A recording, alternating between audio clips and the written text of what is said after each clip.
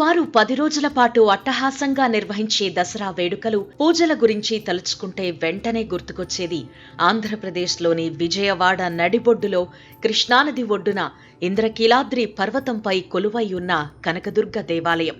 ఇక్కడ అంగరంగ వైభవంగా నిర్వహించే నవరాత్రి ఉత్సవాలలో లక్షలాది మంది భక్తులు పాల్గొంటారు. తిరుపతి తరువాత ఆంధ్రలో రెండవ పెద్ద దేవాలయంగా కనకదుర్గ గుడి ప్రఖ్యాతిగాంచింది. కృతయుగానికి పూర్వం కీలుడు అనే యక్షుడు అమ్మవారి గురించి తపస్సు చేసి ప్రత్యక్షం చేసుకుని ఆమెను తన హృదయ స్థానంలో నిలిచి ఉండమని కోరాడు.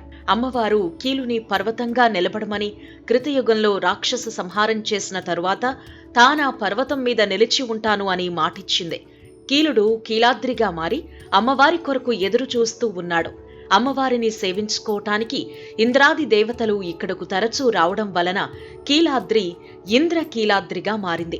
ఇక్కడ స్వయంభువుగా వెలిసిన త్రైలోక్యమాత మహిషాసురమర్దిని కనక వర్ణంతో వెలుగుతున్న కారణంగా కనకదుర్గ అయ్యింది.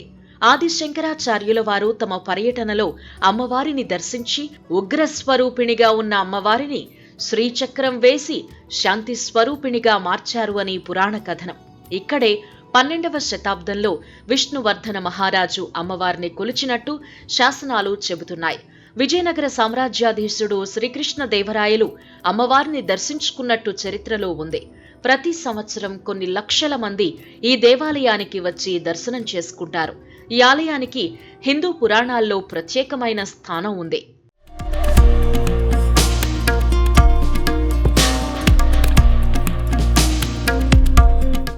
ఇంద్రకీలాద్రిపై అమ్మవారి ఆలయంతో పాటు మల్లేశ్వరాలయం, క్షేత్రపాలకుడు ఆంజనేయ స్వామి ఆలయం, సుబ్రహ్మణ్యేశ్వర స్వామి ఆలయం, నటరాజస్వామి ఆలయం ఉన్నాయి. అమ్మవారిని దర్శించుకున్న భక్తులు ఈ ఆలయాలను కూడా దర్శించుకుని పూజలు చేస్తారు. దసరా రోజు తెల్లవారుజాము నుంచి అమ్మవారు శ్రీరాజరాజేశ్వరిగా దర్శనమిస్తారు. అనంతరం అదే రోజు సాయంత్రం తెప్పోత్సవం నిర్వహిస్తారు. ఈ నవరాత్రి ఉత్సవాల్లో అమ్మవారు ఏ రోజు ఏ అవతారంలో దర్శనమిస్తారో తెలుసుకుందాం. మొదటి రోజు ఇంద్రకీలాద్రిపై కొలువైన జగన్మాత కనకదుర్గమ్మ భక్తులకు స్వర్ణ కవచాలంకృత దుర్గాదేవిగా దర్శనమిస్తుంది. అష్టభుజాలతో సింహాసనం మీద త్రిశూలధారి అయి కనకపు ధగధగలతో మెరిసిపోయే ఆ తల్లిని దర్శించుకోవటం నిజంగా భక్తులకు కన్నుల పండుగే. ఈ అలంకారంలో అమ్మవారిని దర్శించుకుంటే సకల దరిద్రాలు తొలగిపోతాయంటారు. రెండవ రోజు ఇంద్రకీలాద్రిపై కొలువైన జగన్మాత కనకదుర్గమ్మ బాలా త్రిపుర సుందరీదేవి రూపంలో దర్శనమివ్వనున్నారు. మనస్సు, బుద్ధి, చిత్తం శ్రీ బాలా త్రిపుర సుందరీదేవి అధీనంలో ఉంటాయి. అభయహస్త ముద్రతో ఉండే ఈ తల్లి అనుగ్రహం కోసం ఉపాసకులు బాలార్చన చేస్తారు. ఈ రోజున 2 నుంచి 10 ఏళ్లలోపు బాలికలను అమ్మవారి స్వరూపంగా భావించి పూజించి కొత్త బట్టలు పెడతారు. అమ్మవారికి ఆకుపచ్చ, ఎరుపు, పసుపు రంగు చీరలు కట్టి పాయసం, గారెలను నైవేద్యంగా నివేదిస్తారు. శ్రీ బాలా త్రిపుర సుందరీ దేవిని దర్శించుకుంటే అంతా మంచి జరుగుతుందని అర్చకులు చెబుతున్నారు.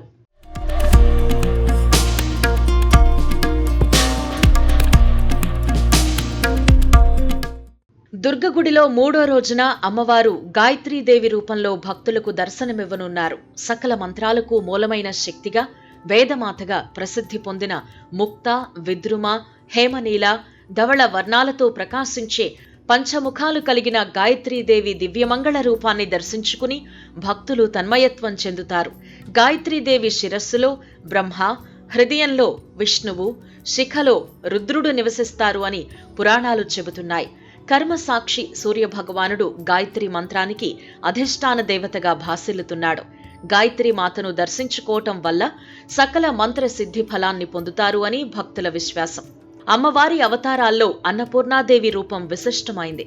ఉత్సవాలు ప్రారంభమైన 4వ రోజున ఇంద్రకీలాద్రిపై దుర్గమ్మ అన్నపూర్ణాదేవిగా భక్తులకు దర్శనమివ్వనున్నారు. ఎడమ చేతిలో బంగారు పాత్రతో తన భర్త అయిన ఈశ్వరునికి భిక్షనందించే రూపంలో ఉన్న అమ్మవారిని దర్శించుకుంటే ఆకలి బాధలుండవని భక్తుల విశ్వాసం. శరన్నవరాత్రి ఉత్సవాల్లో 5వ రోజున అమ్మవారు సరస్వతీదేవి రూపంలో భక్తులకు దర్శనమివ్వనున్నారు.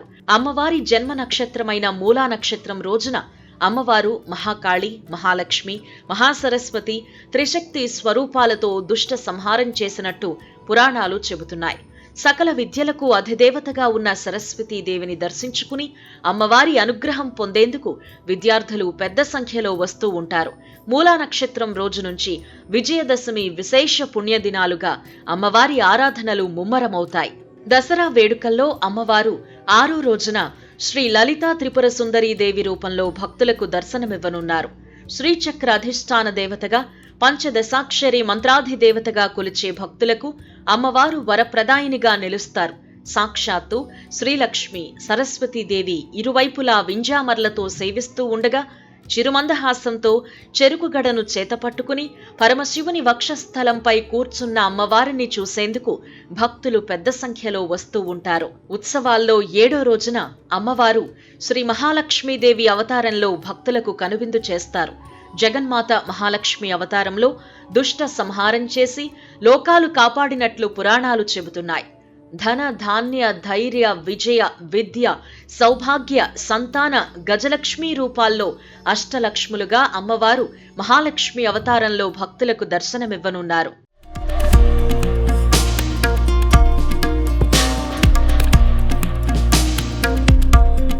శరన్నవరాత్రి ఉత్సవాల్లో 8వ రోజున అమ్మవారు 2 అవతారాల్లో దర్శనమివ్వనున్నారు. దుర్గాదేవి రూపంలో మహిషాసురమర్దిని దేవిగా భక్తులకు దర్శనమివ్వనున్నారు. లోకకంఠకుడైన దుర్గమాసురుడిని వధించి దుర్గాదేవి స్వయంగా కీలాద్రిపై అవతరించినట్లు ఆలయ చరిత్ర చెబుతోంది.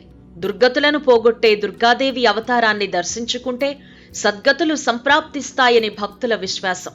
దుష్టుడైన మహిషాసురుడిని అంతమొందించిన భీకర శక్తి స్వరూపిణి మహిషాసురమర్దిని రూపంలో ఇంద్రకీలాద్రిపై అమ్మవారు దర్శనమిస్తారు.